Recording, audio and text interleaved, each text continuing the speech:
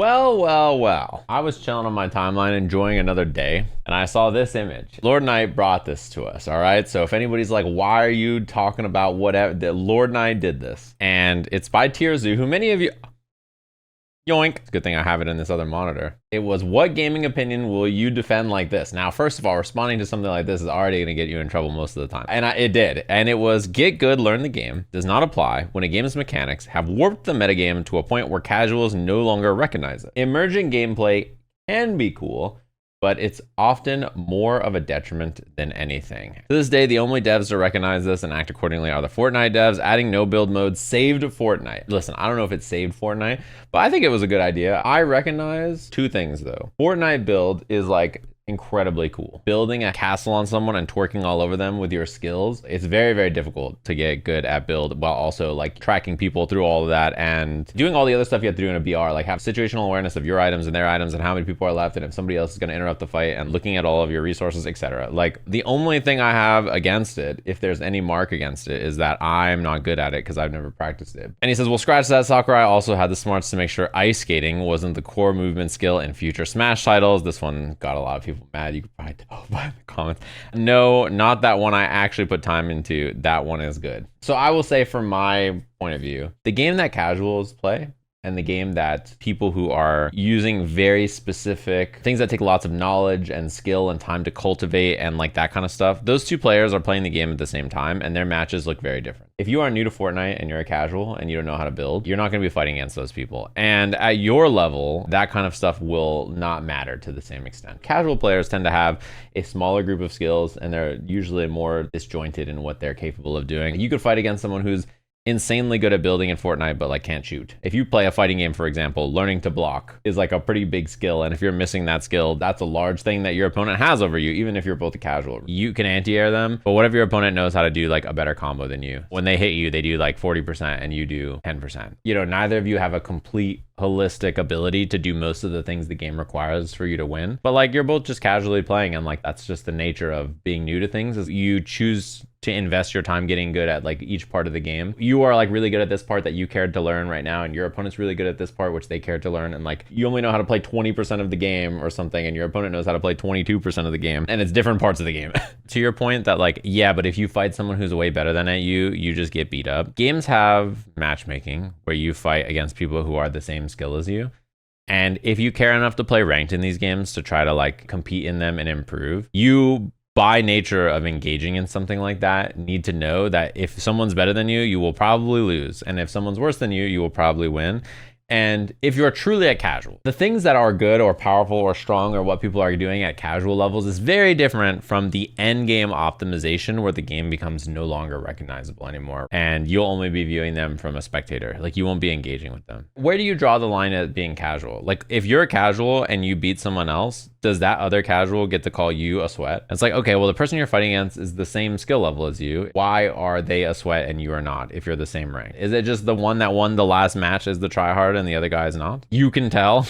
Who can tell though? What if someone calls you a tryhard and you're like, actually, I was only giving 40% because giving my all on something is against my ninja code. Casual players may like some of this. When I watch like people who make like insane tech for games, a lot of times they're like not pro players. They're like mid-level players or like enthusiasts who like make a lot of tech and then think finding tech is fun, but don't play the game at an extremely high level. I don't think it's a fair expectation for people to not learn or care to get better at something they play even a little bit, even if they're casual. Even if you just like see your favorite player do some like sick nade or something and you're like, I'm gonna go copy that, and you kill someone and someone's like, you're a sweat and you ruined the game. When a game comes out and people start to develop these like really interesting expansions and extrapolations on like what the gameplay of the game is supposed to be, and people are pushing forward the ideas of the game, that is one of the coolest things that happens in anything ever. It's like a goddamn space race, but for a piece of software that you're all invested in together. You just get to see people coming up with the coolest, wildest things you've ever seen. And you see things that you will literally never see for the first time ever again. That happens constantly when a game is new.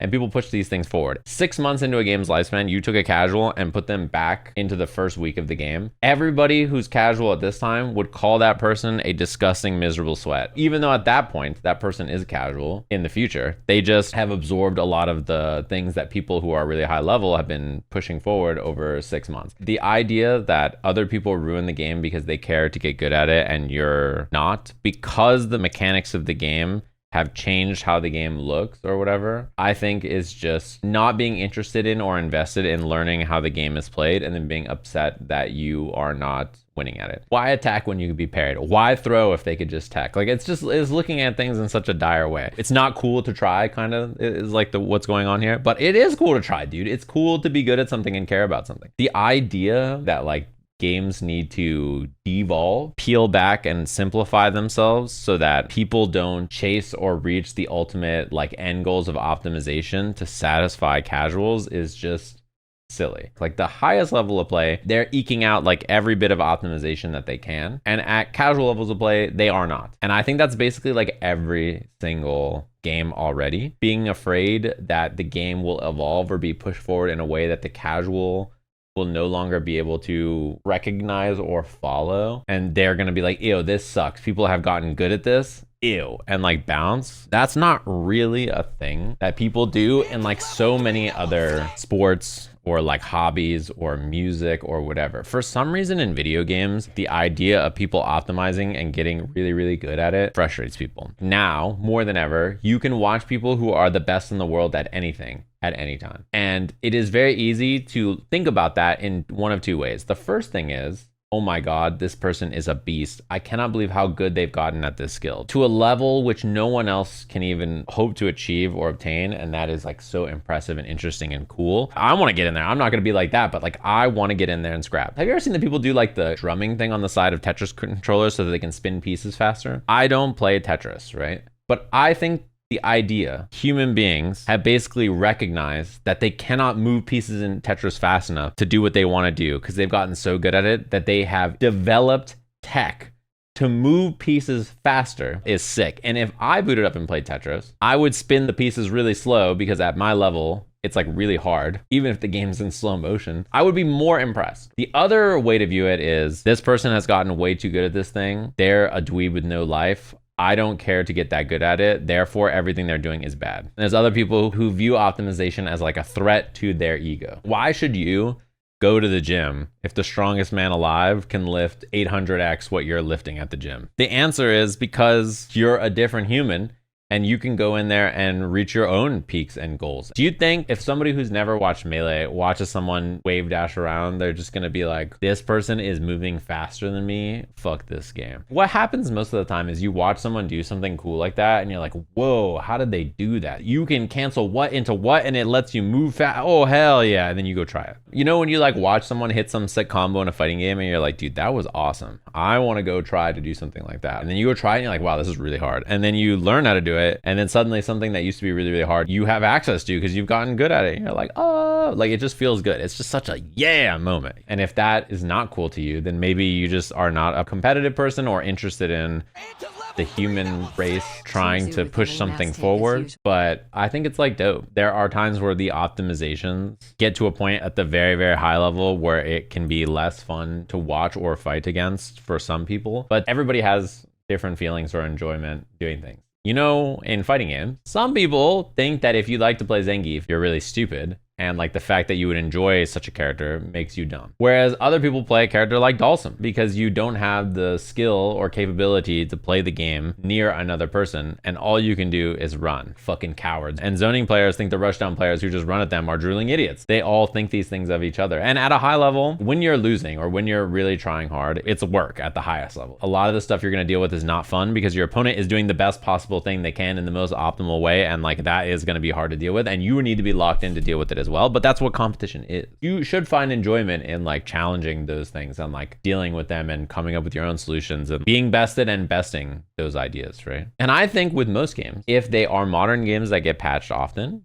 if something is actually a detriment, then they will remove it or they'll change it. And if you see something cool and you're like, nah, then that's okay. In fact, when I played Path of Exile and I saw like how you had to do something in the game, and I had already played for like 30 hours, and I looked at something about how you're supposed to do it. I was like, bro, this is too much work. I'm good. I'm tapping out. I'm good. I'm cool. I don't want to do this. And it's not because I think the people who do are like doing something bad or something. I looked at the way you were supposed to optimize and do something, and I was like, I don't think that's very interesting for me. So I'm not gonna do it. Most of these games you can engage with and play at all levels. And if you care to get good at edge boosting and you're like new to the game, you can go do it. But that's just like a skill you learn instead of like how to play your character or how to like make a build or like how to farm right, you know? I play in really sweaty lobbies. The amount of people who are edge boosting in every match is like extremely low. People say things like, oh, if you don't know how to do these movement techniques, you can't play the game. And it's like, I'm watching someone at the highest rank in the game not know how to do all these movement techniques. What are we doing here? It's just silly. Trying to be good at stuff is awesome. You should try to be good at stuff.